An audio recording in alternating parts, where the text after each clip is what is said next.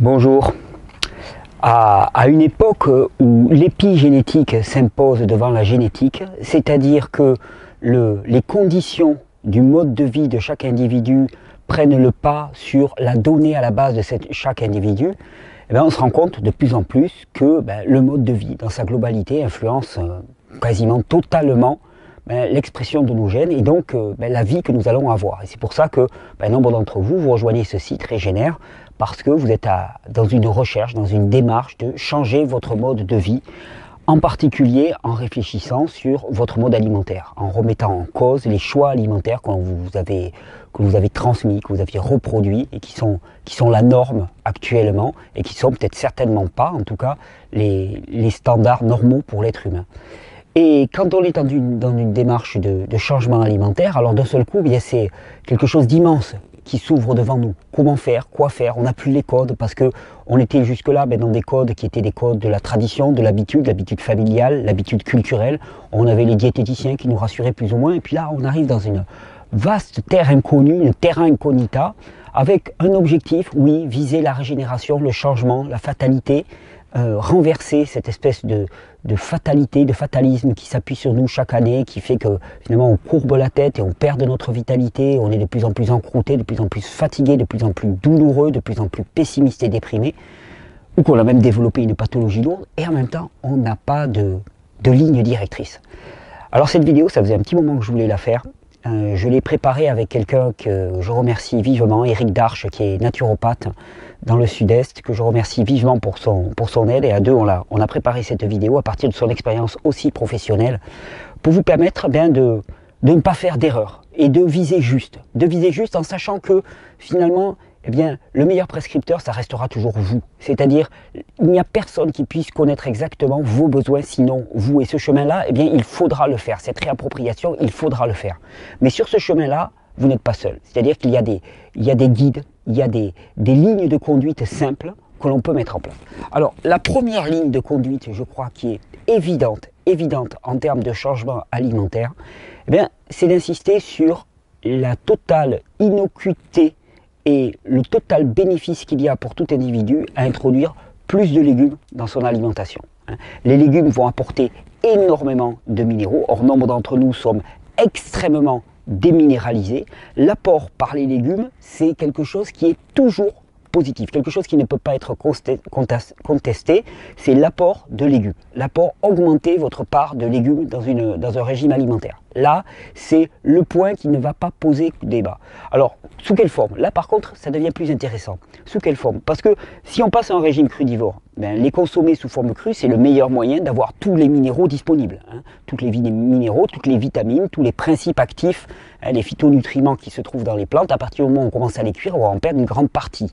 On va perdre ce qu'on appelle les micronutriments, c'est-à-dire toutes les vitamines, les minéraux et les phytonutriments, et on va garder les macronutriments, lipides, glucides, protides. Ce qui fait que nous sommes en pléthore de macronutriments, nous sommes pléthoriques, et en même temps nous sommes affamés et en carence de micronutriments. Donc si on fait cuire les légumes, on va en perdre une bonne partie. Donc légitimement on se dit oui, mangeons des crus. Sauf que là on se heurte à un problème.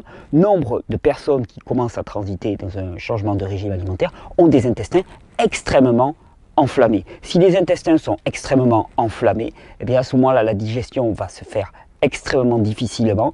Enflammé, ça veut dire aussi que toutes les fibres des légumes vont venir les agresser. Et c'est là donc qu'il y a une première sélection à faire en fonction de la connaissance de ses propres besoins et de sa réactivité propre aux légumes crus. Il y a pour certains pour qui les légumes crus vont passer, alors en sachant que tous les légumes ne sont pas égaux. Il y a les légumes feuilles, salades, verdures, ceux-là ils passent relativement facilement, ce sont des fibres douces. Et puis il y a tous les légumes racines qui ont des fibres beaucoup plus dures, comme la carotte, comme la betterave, comme toutes les racines, même par exemple vous prenez les choux, il va y avoir dans les choux-fleurs, il va y avoir les fleurs qui seront relativement faciles à digérer, puis il va y avoir toutes les branches qui seront beaucoup plus difficiles à digérer. Et là, selon l'état de la personne, ça va plus ou moins passer. Et si ça passe pas, ça va faire en sorte que la digestion va être moins bonne, on va gonfler, on va enfler, on va avoir des flatulences. Alors c'est là où il y a le premier distinguo à faire. Intestin enflammé, il ne faut pas manger les légumes crus. Ah oui, non, mais pourtant, c'est le meilleur moyen d'avoir tous les vitamines et les minéraux. Et bien c'est là où il y a une alternative qui s'offre à nous. Les jus de légumes, parce qu'ils débarrassent les légumes des fibres, et qu'en débarrassant les légumes des fibres, eh bien, on n'a plus ce problème des fibres qui peuvent nous irriter, et là on retire la très grande quantité des minéraux et des vitamines, et légumes cuits pour apporter les macronutriments. Quelque part, pour les intestins enflammés, le programme c'est légumes cuits pour apporter les macronutriments, lipides, glucides, protéines, et avoir un bol alimentaire suffisant, et des fibres, mais des fibres qui vont être partiellement décomposées par la cuisson déjà et qui seront traitables par l'organisme, parce qu'il faut des fibres, on le verra tout à l'heure, et jus pour apporter en très grande quantité les micronutriments et apporter enfin cette minéralité qui est nécessaire. Pour les personnes qui n'auraient pas les intestins fatigués, alors à ce moment-là, les légumes en cru sont tout à fait acceptables, en sachant toutefois que apporter des jus en quantité importante, des jus de légumes, et j'insiste lourdement, parce que je vois souvent des faux débats par rapport au jus de fruits. Il s'agit avant tout de jus de légumes. La portion de fruits ne devrait pas dépasser un tiers. Les fruits c'est à la croque, les légumes c'est en jus, pour ne pas être dérangé par cette surquantité de fibres. Il ne s'agit pas de fuir les fibres, il s'agit de ne pas être dérangé par cette surquantité de fibres. Il y a une chose qu'il faut savoir préalablement, c'est que quand on va changer de régime, il va y avoir des bouleversements dans notre corps. Le premier, c'est que nous avons un biote intestinal, c'est-à-dire un ensemble de bactéries dans notre intestin grêle et dans notre côlon, qui est adapté au régime que nous suivions depuis des années. Si on change du coup d'un seul coup, eh bien, il va y avoir une perturbation. C'est-à-dire que pendant un temps, notre biote intestinal n'est pas adapté à la décomposition et à l'assimilation des produits. Alors, si on se contente d'enlever des produits, c'est pas grave. Si on en rajoute une nouvelle classe qu'on n'avait jamais consommée, eh bien, il va y avoir des réactions. Ces réactions, ça peut être des réactions de diarrhée ou à l'inverse de constipation. Et c'est pour ça que nombre de personnes qui changent de régime me disent « Je comprends pas, je mange des fruits et des légumes, je suis constipé. » Oui, ton biote intestinal n'est pas adapté. Ça peut être aussi des défauts d'assimilation, ça peut être aussi des fermentations négatives. Et donc, ces défauts d'assimilation vont faire qu'on va surmanger parce qu'on a toujours faim. C'est le temps que le biote intestinal s'adapte. Et c'est pour ça que dans tous les cas, on gagne à y aller progressivement pour permettre une adaptation progressive de ce biote intestinal. Quand il s'agit d'enlever un aliment, ce n'est pas un problème. Quand il s'agit d'en rajouter de façon massive une classe, mais il faut savoir qu'il va y avoir un temps d'adaptation pour le corps et c'est important de l'intégrer. Donc les légumes sont toujours bons. Pourquoi ? Parce qu'ils apportent des minéraux en très grande quantité. Pour avoir ces minéraux, il faut les prendre sous forme crue. Et pour les prendre sous forme crue, si on a les intestins enflammés, la seule solution adaptée, c'est l'extracteur de jus, qui est un moyen fabuleux d'apporter cette minéralité. Légumes cuits à la vapeur le plus simplement, pour avoir l'apport de fibres et de macronutriments. Et si les intestins ne sont pas trop enflammés, eh bien les légumes crus en salade, en sachant que les fibres seront plus dures à digérer dans les légumes racines, sont bien adaptés. Ensuite, quand on pense aliments, alors on pense dans un ordre peut-être pas l'ordre le plus légitime pour le commun de notre consommation. Moi, je pense aux fruits. Immédiatement, je pense aux fruits. Et si vous venez sur ce site aussi, c'est parce que vous avez entendu parler de frugivorisme et vous avez entendu parler de fruits. Alors les fruits, c'est une classe à part par rapport aux légumes. L'image que je prends souvent, c'est de dire que les légumes, ce sont les constructeurs. Avec les minéraux, ils apportent des éléments de construction au corps, des briques de construction. Les minéraux sont essentiels dans la construction des tissus, sont essentiels dans le fonctionnement du système nerveux. Et les fruits, à l'inverse, vont être plutôt nourriciers et nettoyeurs. Pourquoi ? Particulièrement parce que dans les fruits, il y a 3 classes de fruits. Il y a les fruits acides, les semi-acides et les fruits doux. Et les semi-acides et les acides contiennent ce qu'on appelle des acides faibles. Ces acides faibles sont des acides qui n'ont rien à voir avec les acides forts qu'on va retrouver dans des produits comme les produits céréaliers ou la viande, mais qui ont la propriété de venir désagréger tous les dépôts de toxines qu'il peut y avoir dans le corps. Et c'est pour ça que les fruits acides et semi-acides, ils vont avoir à la fois des avantages et des inconvénients. Avantages, ils vont permettre de nettoyer le corps d'une manière qu'aucun autre produit ne pourra permettre. Et c'est pour ça que je dis toujours qu'une détoxination profonde passe à un moment ou à un autre par une bonne dose de fruits acides ou semi-acides. Oui, mais ces acides qui font ce travail dans le corps, ces acides volatiles, ils doivent être oxydés principalement par la respiration. Sinon, on s'acidifie avec ces fruits. La respiration, ça tient compte de notre vitalité. Plus un individu va être en vitalité, plus il va avoir une capacité à tolérer ces acides faibles des fruits et à les utiliser à bon escient, c'est-à-dire pour le nettoyage. Et moins il va avoir de vitalité, plus ces acides finalement vont se retourner contre lui. Et ils vont doublement se retourner contre lui. Pourquoi? Parce que ces acides non seulement portent leur charge acide faible en eux-mêmes, mais en plus vont venir remettre en circulation tous les acides qui étaient disposés dans l'organisme, qui étaient stockés dans l'organisme. Et donc finalement on se retrouve avec une double charge acide. C'est pour ça que les fruits pour moi c'est toujours l'image, la pédale d'accélérateur de la détoxination et qui est à manier avec prudence. Et en sachant que dans les fruits il y a les fruits doux qui contiennent très peu d'acide, qui sont très nettoyants, qui restent très nettoyants, qui ont surtout des fibres qui sont très douces pour les intestins. Je pense aux bananes, je pense aux kakis, je pense aux figues, je pense aux abricots, je pense aux pêches, je pense aux brugnons. Tous ces fruits qui sont très doux pour les intestins et qu'on pourra introduire très très rapidement. Par contre, quand on commence à passer dans les mi-acides, les cerises, les fraises ou les acides, les agrumes, les kiwis, les ananas, alors là, il faut vraiment connaître sa vitalité parce qu'on a tôt fait de s'acidifier. Et on y viendra en fin de vidéo, arriver à distinguer détoxination et dévitalisation. Donc les fruits, comment savoir si finalement on réagit bien ou pas aux fruits et si les fruits acides sont adaptés pour nous? Il y a le test de la vitalité. Si après un repas de fruits, vous avez froid, vous avez sommeil, vous sentez un désagrément quelconque, c'est mauvais signe. C'est soit que vous en avez consommé trop, ou qu'ils étaient trop acides, ou pas assez mûrs, et en tout cas qu'ils ne sont pas adaptés pour vous. Et ça, c'est un guide. On ne doit pas se sentir mal après un repas. On ne doit pas avoir froid. Si on a froid, c'est très mauvais signe.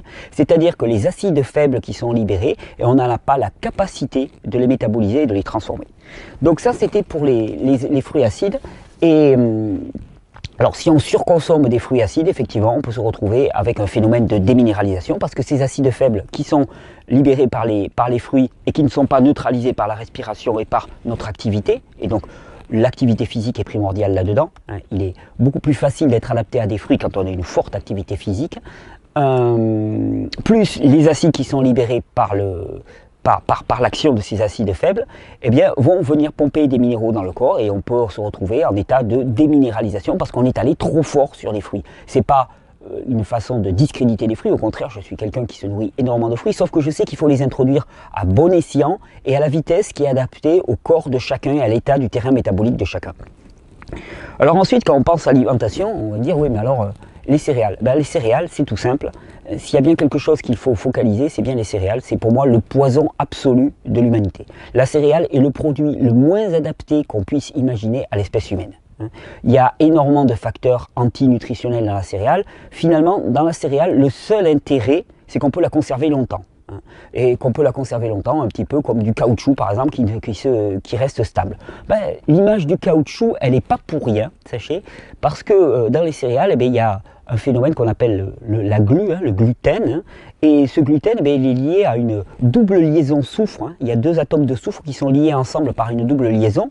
Mais ça, c'est ce qu'on retrouve exactement dans la structure des pneumatiques qui leur donne toute leur résistance. Les céréales sont des longues chaînes de sucre qui sont très très difficiles à décomposer, qui vont venir tapisser notre intestin, déséquilibrer tout notre biote intestinal, qui vont venir causer des fermentations, de l'acidification. Et s'il y a bien un aliment à supprimer en priorité, pour moi, ce sont les céréales. Contrairement à la tendance souvent qui est de passer au crudivorisme en passant au végétarisme, pour moi, le premier truc à cibler, la cause majeure de dysfonction dans le corps humain, c'est d'abord et avant tout les céréales.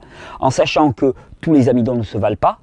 Dans les céréales, il y a les céréales à gluten, et puis il y a les pseudo-céréales comme le riz et la quinoa qui ont déjà des chaînes beaucoup plus courtes, qui n'ont moins d'inconvénients que le seigle, le blé, l'avoine par exemple. Et ensuite, il y a les légumes amidonneux comme la pomme de terre ou la châtaigne qui sont là des chaînes beaucoup plus courtes, qui seront beaucoup plus digestes par notre corps. Parce qu'il faut bien comprendre que les sucres complexes qu'on trouve dans les céréales et dans les amidons, ce sont des longues chaînes de sucres simples. Les sucres simples, ce sont ceux qui composent les fruits. Ces longues chaînes, il faut pouvoir les digérer. Pour les digérer, il nous faut suffisamment d'enzymes. Nous ne sommes pas équipés pour digérer tous ces produits-là. Les amidons complexes des céréales en particulier vont venir nous acidifier, vont venir déséquilibrer complètement notre biote intestinale et congestionner le corps. Donc c'est pour moi un des produits phares à éliminer, remplacés progressivement par d'abord des légumes amidoneux, peut-être d'abord par des céréales, des pseudo-céréales sans gluten, puis ensuite progressivement par des légumes amidoneux, puis ensuite essayer de voir comment ça passe avec les fruits. Et là, ça peut être une transition, c'est-à-dire que en premier lieu, on augmente les légumes sous forme de jus, sous forme de légumes cuits, sous forme de salade. Ça, on peut toujours le faire. Tout le monde y gagne, absolument. Ensuite, eh bien, au fur et à mesure qu'on diminue les céréales et qu'on passe aux pseudo-céréales et qu'on passe aux légumes cuits, eh bien, on augmente la proportion de fruits parce qu'en même temps, le corps sera en train de se revitaliser. Sa capacité à traiter les fruits, le sucre des fruits, les acides faibles dans les fruits va augmenter. Alors ensuite, bon, qu'est-ce qu'il y a à éviter? Alors les produits laitiers pasteurisés. Alors je fais la distinction produits laitiers pasteurisés et non pasteurisés parce que effectivement on s'est rendu compte que les produits non pasteurisés fermentés, c'est-à-dire dans lesquels le lactose et la caséine auraient été entièrement digérés par des bactéries, je pense à des formes de yaourt à très longue fermentation, pourraient, si la personne n'a pas une barrière intestinale qui est en trop mauvais état, pourrait être plus bénéfique que négatif pour le corps. Mais on va commencer avec le cas des produits laitiers pasteurisés. Les produits laitiers pasteurisés sont extrêmement déminéralisants, extrêmement décalcifiants, extrêmement acidifiants. Nous ne sommes pas faits pour consommer cette grosse quantité de protéines dénaturées par la cuisson qui plus est, qui vont amener à énormément de phénomènes allergiques. Tous les problèmes ORL sont liés à la consommation de produits laitiers. Toutes les congestions au niveau de la tête sont liées à la consommation de produits laitiers. Et donc, ça aussi, ça fait partie des éléments qu'il faudrait rayer de la liste immédiatement. Pour les produits laitiers fermentés au lait cru, il semblerait que selon les individus, il puisse y avoir une tolérance. Sauf que on est loin maintenant des conditions de fermentation initiales qui étaient par exemple pour les yaourts des longues fermentations qui duraient plus de 24 heures. Et que finalement on se retrouve avec des produits qui sont que très partiellement fermentés. La caséine du lait, cette longue protéine, n'est que partiellement décomposée. Si la muqueuse intestinale est perméable, ce sont des notions qu'on développe dans d'autres vidéos, si la muqueuse intestinale est perméable, eh bien ces macroprotéines vont passer dans la circulation sanguine et vont venir intoxiquer tous les autres organes, conduisant à des réactions auto-immunes de protection contre ces molécules étrangères. Donc dans l'absolu, les produits laitiers à éviter, bien que pour les personnes qui auraient de bonnes barrières intestinales et qui utiliseraient des produits laitiers fermentés crus, l'apport en bactéries, en bonnes bactéries, puisqu'ils sont fermentés, pourrait être intéressant. Ensuite, bon, additifs alimentaires, colorants, sucres raffinés, autant de poisons que nous a apporté notre vie moderne et qui peuvent être supprimés dès le départ. Alors, qu'est-ce qui nous reste finalement? Ce qui nous reste, c'est manger le plus cru possible. Oui, mais le plus cru possible en fonction de nos possibilités. Qu'est-ce qui peut limiter ça? Qu'est-ce qui peut limiter ça? C'est l'état d'inflammation de nos intestins. Si nos intestins sont extrêmement enflammés, eh bien les légumes crus, on aura du mal, sauf en jus. Manger le plus cru possible, oui, des fruits, oui, mais à condition que notre vitalité nous permette de bien tolérer les fruits. En sachant aussi que dans les fruits, il y a différentes classes. Il y a les fruits doux qui seront toujours très bien tolérés, relativement bien tolérés, et qu'à l'inverse, eh bien, il y a les fruits acides ou semi-acides qui vont être difficiles à métaboliser pour des personnes qui sont fatiguées. Ensuite, eh bien, je voulais insister sur le sort que l'on doit faire aux produits gras. Il y a une branche de la diététique moderne qui a tendance à bannir les produits gras. Il faut bien comprendre que dans notre corps, nos deux moyens de protection contre les attaques acides, c'est les minéraux et le gras. Les minéraux viennent littéralement neutraliser les acides et le gras protège nos tissus. Le cholestérol est le protecteur numéro 1 du corps. Et la campagne anti-cholestérol qui est menée depuis des années est certainement l'une des actions contre la santé la plus importante qui puisse être. Le cholestérol est produit à dessein par l'organisme. Les acides gras sont essentiels pour la construction des membranes, pour la protection de notre corps contre les attaques acides. Et donc il est important dès le départ d'avoir un apport de gras qui soit suffisant. Et c'est là où on voit par exemple comment on peut jouer, comment on peut balancer tout cela. On se rend compte par exemple que pour les personnes qui sont en grande fatigue, qui ont une vitalité qui est faible, qui n'ont pas une très bonne tolérance des fruits finalement, eh bien au contraire, les acides gras pour eux vont être très importants. Et quelque part, on se retrouve souvent avec des gens qui commencent leur début de transition alimentaire en ayant beaucoup de légumes sous forme de jus, sous forme cuite à la vapeur, un peu de fruits et pas mal de produits gras et qui petit à petit vont un peu diminuer leurs produits gras et vont augmenter leurs fruits. Pourquoi? Parce que ces produits gras, qui sont à l'origine de la plupart des hormones surrénaliennes en particulier, bien, sont nécessaires quand les personnes sont en sous-vitalité, fatiguées, épuisées, déprimées. Et donc cet apport en produits gras, il n'est absolument pas à négliger. Qu'est-ce que j'avais noté aussi? Parce que j'avais fait une petite... Oui, alors pourquoi manger cru, hein? Pourquoi manger cru? Il y a des tas de raisons. La première et la plus évidente, c'est qu'il y a une réaction au niveau de l'organisme, c'est ce qu'on appelle l'hyperleucocytose digestive. C'est-à-dire que quand on consomme des produits cuits, eh bien, immédiatement, il y a une production de globules blancs, une importante production de globules blancs. Les globules blancs sont les agents de défense du système, ce qui nous prouve que cette alimentation n'est pas adaptée. Donc l'objectif, manger cru le plus possible. Oui, mais en tenant compte de là où on en est et en mettant en place progressivement les étapes qui vont nous permettre petit à petit d'y être parfaitement adapté à ce carburant-là. Ce carburant qui n'est pas un carburant concentré, ce carburant qui demande une grande force digestive pour être complètement assimilé. Et c'est là où finalement on va pouvoir se retrouver avec le problème de la digestion. Il y a énormément de personnes qui ont une digestion qui est très parcellaire. Et donc, si on digère mal, eh bien, cette transition vers un régime cru, elle peut être plus délétère qu'autre chose si elle est faite trop rapidement. Pourquoi? Parce que la digestion, c'est à la fois l'acide chlorhydrique qu'on a dans notre estomac, mais c'est aussi toutes les bactéries que nous avons dans nos intestins, qui, je vous le dis, sont spécifiques à un régime alimentaire. Et si nous n'avons pas les bactéries nécessaires pour décomposer les fibres complexes qu'on va trouver dans les légumes, par exemple, ou l'apport de fibres supplémentaires qu'on va trouver dans notre alimentation crue, eh bien, on va se retrouver finalement à manger beaucoup et à assimiler très peu. En ce sens, l'alimentation moderne est une alimentation ultra cuite dans laquelle les fibres sont prédigérées et finalement qui est par certains côtés plus facile à assimiler. Et c'est pour ça que je voudrais aussi attirer votre attention sur la notion de détoxination et de dévitalisation. Parce que qu'est-ce qui se passe quand on change de régime alimentaire et qu'on apporte enfin des éléments vitalisés au corps, c'est-à-dire des fruits et des légumes chargés d'énergie lumineuse qui leur a permis de pousser, chargés de toute la vitalité. Eh bien, il va y avoir deux phénomènes concomitants. Premièrement, eh bien, il y a moins d'énergie qui est dépensée pour la digestion, parce que ce sont des aliments pour lesquels nous sommes naturellement faits, la digestion va se faire très facilement. Donc, plus d'énergie qui va peut être consacrée au nettoyage. Qui plus est, ces produits vont apporter énormément d'éléments vitaux, des vitamines, des minéraux, qui vont permettre le nettoyage. Et donc on parle souvent de crise de détoxination, c'est-à-dire des moments où sortent les produits toxiques. Sauf que une crise de détoxination, comme son nom l'indique, c'est une crise. Et une crise, ça dure quelque temps, ça ne dure pas tout le temps.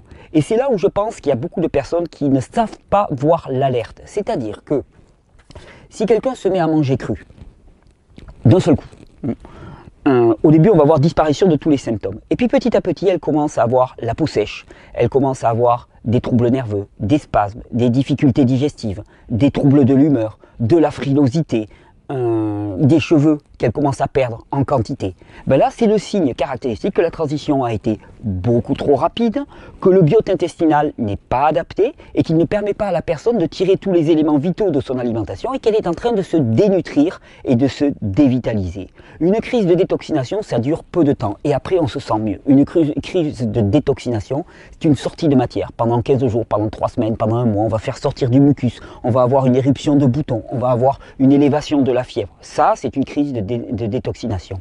Par contre, quand on commence à perdre ses cheveux par poignée de façon chronique, quand on commence à avoir des problèmes au niveau des dents, quand la peau commence à être sèche, ça indique simplement que nous n'avons pas encore rétabli les conditions propres à tirer toute la matière de l'alimentation crue qui est idéale pour nous dans l'absolu, mais qui n'est pas idéal dans ce moment-là. On n'est pas dans un absolu mentalisé, on est dans de la pratique. Et à ce moment-là, ça indique quoi? Mais ça indique qu'il faut y aller plus progressivement, qu'il faut avoir une transition qui soit plus douce, qu'il faut réintégrer des aliments qui sont certes pas les plus adaptés, mais qui sont les plus adaptés actuellement pour nous, parce qu'ils nous assurent d'être nourris, et ne pas courir vers cette dévitalisation qui est trop importante chez les nombres de crudivores, et qui fait que certaines personnes ensuite disent « ouais mais ça marche pas hein ». Et finalement on conclut que c'était une erreur. Ce n'est pas une erreur, c'était une question de tempo, de chronologie et de rythme. Mettre en place les conditions qui vont faire que dans quelques mois, dans quelques années, dans quelques dizaines d'années, eh bien, le corps sera rétabli dans sa fonction normale et pourra tirer parti d'une nourriture qui est idéalement faite pour lui, basée sur les fruits et les légumes. Ça demande un préalable. Et c'est pour ça que changer d'alimentation, ça demande ces quelques guides. Ça demande ces quelques guides par rapport à la digestion. On va faire plusieurs vidéos sur la digestion, comment booster la digestion, comment améliorer la digestion. Ça demande ces quelques guides pour savoir pourquoi les légumes, par exemple, peuvent ballonner une personne, simplement parce qu'elle n'a pas les bactéries pour cela. Et à ce moment-là, il s'agit de les consommer cuits ou en jus pour éviter les fibres, le temps que tout le biote intestinal se remette en place. Pourquoi est-ce que les fruits peuvent faire énormément de bien ou énormément de mal, comme tout outil très puissant? C'est la pédale d'accélérateur de votre voiture qui va vous permettre d'accélérer dans le sens de la détoxination, sauf que si on appuie en permanence sur la pédale d'accélérateur, à la fin on se prend un mur. Il faut aussi connaître la pédale de frein. La pédale de frein, c'est tout ce qui est légumes cuits, c'est les légumes dans l'absolu, c'est les matières grasses aussi, qui elles sont très facilement assimilables, qui vont venir désenflammer la muqueuse intestinale et permettre que l'état d'inflammation globale du corps se diminue. Il faut savoir aussi que dans les matières grasses, il y a énormément de vitamines et de minéraux. Il y a beaucoup de vitamines liposolubles qui se trouvent exclusivement dans les matières grasses. Et donc, apporter cet apport-là aussi est essentiel. Une autre remarque aussi, et je sais que ça surprend parfois beaucoup de personnes, vous avez remarqué que je n'ai pas parlé des produits animaux. Or, c'est vrai que quand on parle de crudivorine, tout de suite, on se dit, la première des choses dans une réforme alimentaire, c'est de supprimer les produits animaux. À titre personnel, je ne suis pas d'accord. Je pense que le plus gros poison pour l'homme, en termes alimentaires, ce sont les céréales, et je le constate. Et c'est pour ça que diminuer les produits animaux dans une démarche éthique et dans une démarche de santé, ça paraît tout à fait raisonnable. Par contre, il faut connaître les besoins spécifiques de l'individu. Les produits animaux, on est adapté pour en consommer une petite quantité. On peut choisir éthiquement de ne pas en consommer, sauf qu'il va falloir par ailleurs, finalement, trouver les ressources en termes d'énergie pour compenser ça. Pour certains, c'est tout à fait possible. Pour d'autres, cela ne l'est pas. C'est pour ça que tous ces choix-là, il ne faut pas les faire de manière idéologique, mais de manière pragmatique, réellement pragmatique. Donc au final, on se retrouve avec des légumes qui sont toujours bons pour tout le monde, des fruits à manier avec précaution, des céréales qui sont le poison et qu'il faudrait viser à supprimer progressivement, des produits laitiers qui sont sujets à bien trop de caution pour qu'on puisse s'y intéresser, des produits animaux qui peuvent être essentiels pour certaines personnes et qui peuvent être extrêmement délétères pour d'autres. La consommation actuelle de produits animaux est délirante, surtout qu'on les consomme cuits, dénaturés, que les animaux viennent de conditions d'élevage qui sont absolument inacceptables, concentrationnaires, à la fois pour les animaux et même inacceptables en termes de qualité des produits qui vont être apportés dans l'absolu, mais que ce n'est pas le premier des problèmes et que un végétarisme mal pensé peut être extrêmement malvenu pour un individu. Là aussi, ça demande des étapes et on fera des vidéos là-dessus. On se retrouve avec la distinction essentielle à faire entre détoxination et dévitalisation. Je vois trop souvent des gens dire « Ah mais ça c'est la détox, ça c'est la détox ». On ne détoxine pas pendant des 6 mois, 1 an. La détoxination, ça va par coup, et puis ça revient, et puis on retrouve de la vitalité et on voit que c'est positif. Si ce n'est pas le cas, il s'agit de remettre à plat les choix qui ont été faits, la vitesse, la transition, le rythme, pour faire les bons choix. On n'est pas dans une idéologie, on n'est pas dans une course. C'est pas à qui va manger le plus de fruits, à qui va être le plus cru, c'est à qui va répondre le mieux aux besoins de son organisme. J'espère qu'au travers de toutes ces vidéos, de toutes les vidéos que vous allez découvrir sur ce site, vous allez pouvoir vous bâtir une compréhension de vos réactions propres et être votre propre prescripteur. Parce qu'il n'y a que comme ça que ça peut marcher. C'est réapprendre à écouter les signes de notre corps, se les réapproprier, permettre de les décortiquer d'une certaine manière, en tirer les conclusions et agir. On fait un pas dans un sens, on se rend compte que ce n'était pas le bon choix, hop, on fait machine arrière, on fait un pas dans l'autre sens. On ajuste en permanence, en sachant que les besoins du corps, ils sont en perpétuelle évolution. C'est pour ça que c'est un travail de ressenti permanent, d'adaptation permanente, et c'est la découverte de la régénération. Je vous souhaite un bon début d'aventure dans la modification de vos conditions du mode de vie. On n'a parlé que de l'alimentation, on va aussi parler de tout le mode de vie en général. Bonne régénération.